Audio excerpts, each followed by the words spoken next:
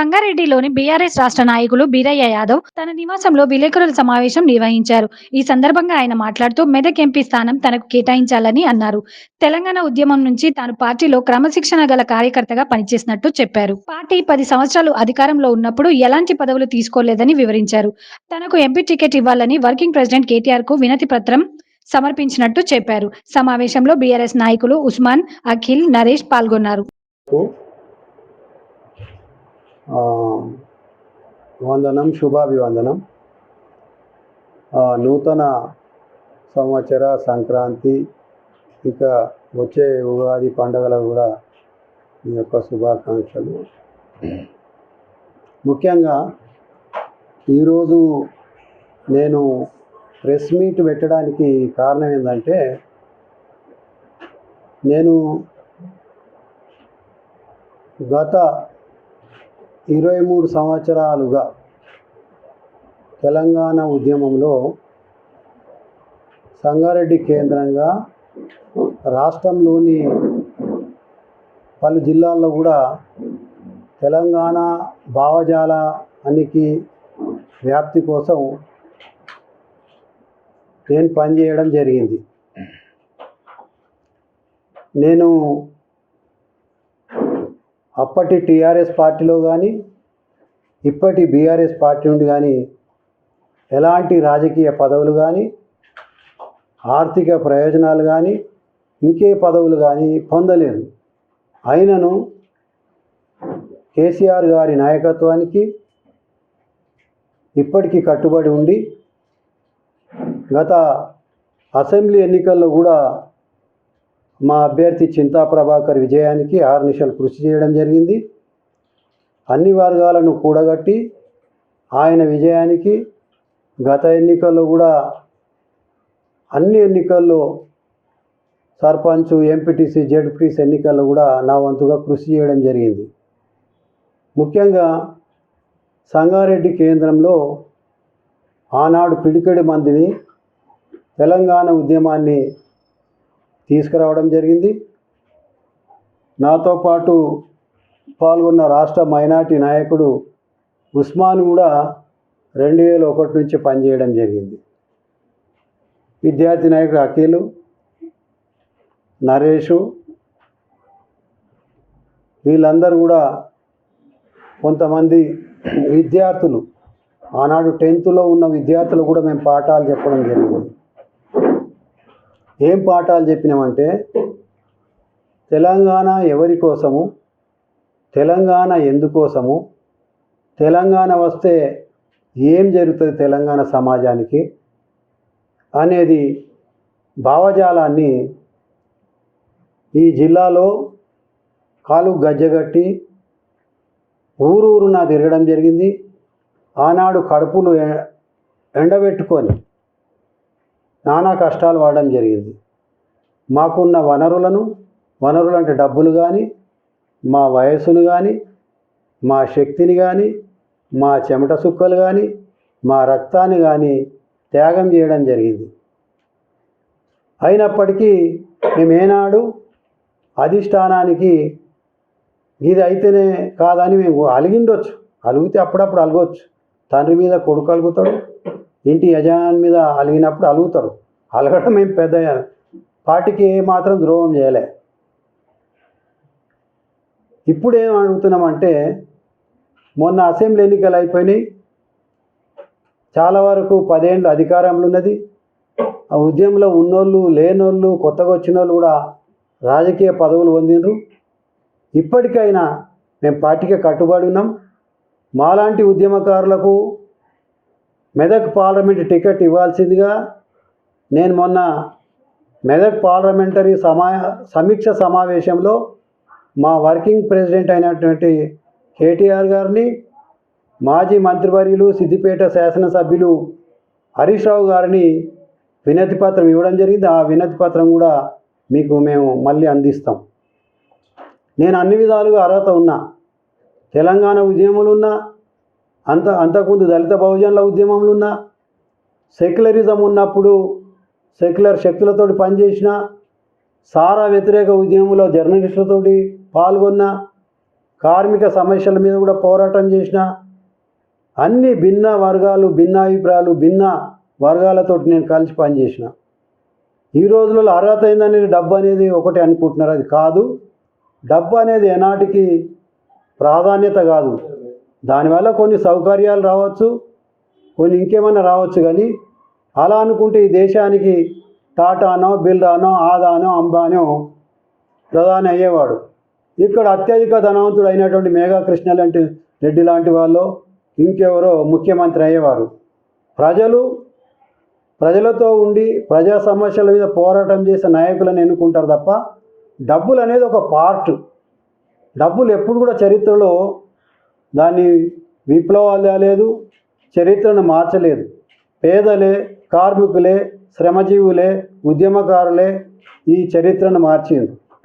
అందుకే మెదక్ పార్లమెంటుకు ఒక విశిష్టమైన చరిత్ర ఉంది.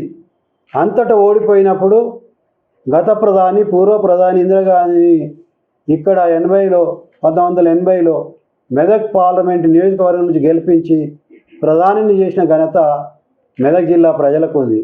మెదక్ జిల్లా ప్రజలను నేను మరోసారి విజ్ఞప్తి చేస్తున్నా, నాకు టీఆర్ఎస్ పార్టీ టికెట్ కేటాయించాలని మాజీ ముఖ్యమంత్రి, బీఆర్ఎస్ జాతీయ అధినేత కేసీఆర్ గారిని కోరుతున్నా. అలాగే ఈ జిల్లాలో ఉన్న అందరూ ఎమ్మెల్యేలు, గెలిచిన ఎమ్మెల్యేలు, ఓడిపోయిన ఎమ్మెల్యేలు, ఎంపీలు కూడా నాకు మద్దతు ఇవ్వాలి.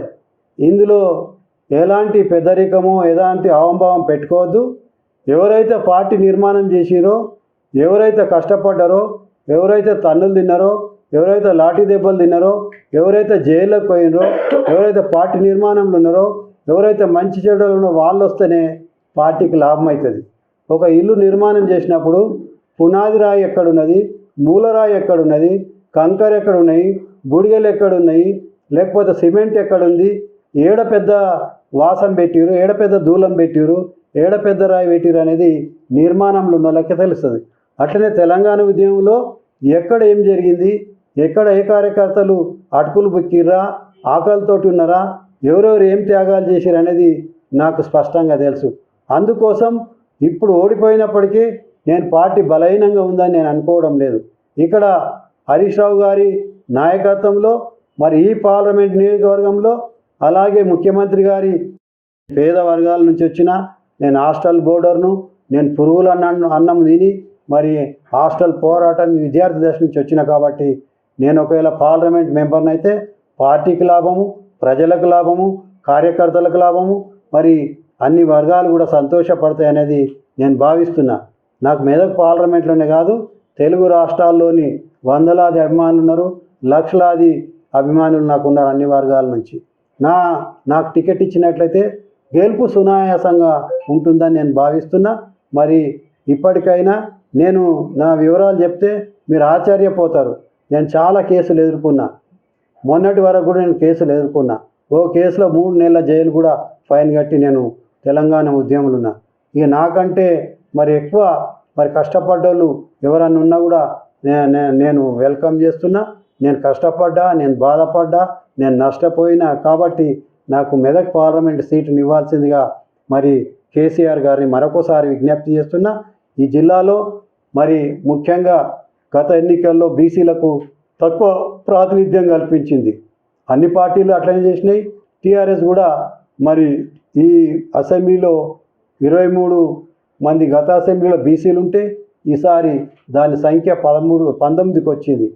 సో ఇప్పుడు ఈ ప్రాతినిధ్యం పెరగాలంటే పార్లమెంట్లో గొంతు, బీసీల గొంతు ఉండాలంటే, తెలంగాణ గొంతు ఉండాలంటే నాకు బీసీల సమస్యలు కానీ ఇతర అన్ని వర్గాల సమస్యలను మరి గొంతెత్తాలంటే నాకు అవకాశం ఇవ్వాలి. గొల్ల కుర్మాలు కూడా దాదాపు 45 నుంచి 50 లక్షల మంది అతిపెద్ద ముదిరాజు గొల్ల కుర్మాలు ఈక్వల్ సామాజిక వర్గం. ఈ 2 సామాజిక వర్గం గత ఎన్నికల్లో టికెట్లు ఇవ్వలేదు. ఇప్పటికైనా మరి పార్లమెంట్ ఎన్నికల్లో మాకు ఇచ్చి దాన్ని పూర్తి చేయాల్సిందిగా కోరుతున్నాను. మెదక్ పార్లమెంటు నియోజకవర్గంలో దాదాపు 16 లక్షల పైన మరి ఓటర్లు ఉంటే 8 లక్షల ఓటర్లు బీసీలు ఉన్నారు. దాన్ని కూడా గమనికలోకి తీసుకోవాలి. అత్యధిక సంఖ్యలో మైనార్టీలు ఉన్నారు, ఎస్టీలు ఉన్నారు. మరి వీళ్ళందరికీ కూడా గమనిక తీసుకొని వీళ్ళందరి మద్దతు కూడా నాకు పెద్ద ఎత్తున ఉంటుంది. నాకు పార్లమెంటు సీటును మరొకసారి పరిశీలించాల్సిందిగా మరి బీఆర్ఎస్ అధినేత మా కేసీఆర్ గారిని, వర్కింగ్ ప్రెసిడెంట్ హరీష్ రావు గారిని, అలాగే మొన్నటి వరకు ఈ జిల్లాలో మరి మంచి మంత్రిగా పేరు తెచ్చుకున్నటువంటి మరి ఆ వైద్య ఆరోగ్య శాఖ మంత్రిగా ఇప్పటి వరకు విధులు నిర్వహించిన హరీష్ రావు గారిని, అలాగే గెలుపొందిన ఎమ్మెల్యేలను మరి ఎంపీలను అందరినీ విజ్ఞప్తి చేస్తున్నా. కార్యకర్తలు కూడా గ్రూపులుగా కాకుండా ఈగోలు పెట్టుకోకుండా నేను కష్టపడ్డా కాబట్టి, నాకు అర్హత ఉంది కాబట్టి, కష్టపడ్డోనికి, పంట వేసినోనికి, పంట పండించినోనికి, పండ్ల చెట్టు పెట్టినప్పుడు పండ్లు అయినప్పుడు ఆ పెట్టినోనికి హక్కు ఎట్లుంటుందో నాకు కూడా టీఆర్ఎస్ పార్టీలో, బీఆర్ఎస్ పార్టీలో నాకు రైట్ ఉంది, నాకు హక్కు ఉంది కాబట్టి, నేను ఎలిజిబుల్ కాబట్టి నేను పార్లమెంటుకు మరి నన్ను పంపించాల్సిందిగా బీఆర్ఎస్ను మరొకసారి వేడుకుంటున్నా. మెదక్ నియోజకవర్గంలో లోక్సభలోని ప్రజలందరూ కూడా నన్ను ఒక ఉద్యమకారిని, ఒక పార్టీ వ్యక్తిని కాకుండా నేను ప్రజల సమస్యలు తెలిసినోని, నేను పార్టీ గెలిచిన తర్వాత కూడా ఆ పార్టీ, ఈ పార్టీ, ఆ కులము, ఈ కులము, ఆ పార్టీ అని కాకుండా అందరికీ ఎల్లప్పుడూ అంబులెన్స్ 104, 108, 108 అంబులెన్స్ లాగా అందరికీ అందుబాటులో ఉంటా. ముఖ్యంగా మీడియా సోదరుల యొక్క సమస్యలను కూడా నేను మరి తీర్చడానికి ముందడుగులు ఉంటా. నిజానికి మీడియా ఏదైతే ఉందో మీడియాకు వాళ్ళు చాలా వరకు మీడియా సంస్థలు సరైన వేతనాలు ఇవ్వలేదు. వాళ్ళకి ఏవైతే పట్టాలు, ఏవైతే ఇళ్ళ జాగాలు ఉన్నాయో వాటిని కూడా నేను పరిష్కారం చేయడానికి అత్యధిక ప్రాధాన్యత ఇస్తా. మరి తప్పకుండా ఒకవేళ ప్రభుత్వం ఇయ్యలేని పరిస్థితులు ఉంటే ఎంపీ ల్యాడ్స్ డబ్బులు పెట్టాను నేను జర్నలిస్టులకు ఇళ్ల స్థలాలు మరి వాళ్ళకు మంజూరు చేయిస్తానని సందర్భంగా కొత్త సంవత్సరం ఆరంభంలో హామీస్తూ మీరందరూ కూడా నా టికెట్కు రావడానికి కోసం, టికెట్ వచ్చినాక గెలుపు కోసం కృషి చేయాల్సిందిగా మీ అందరికీ విజ్ఞప్తి చేస్తున్నాను. జై భారత్, జై తెలంగాణ, జై కేసీఆర్, జై కేటీఆర్, జై హరీష్ రావు.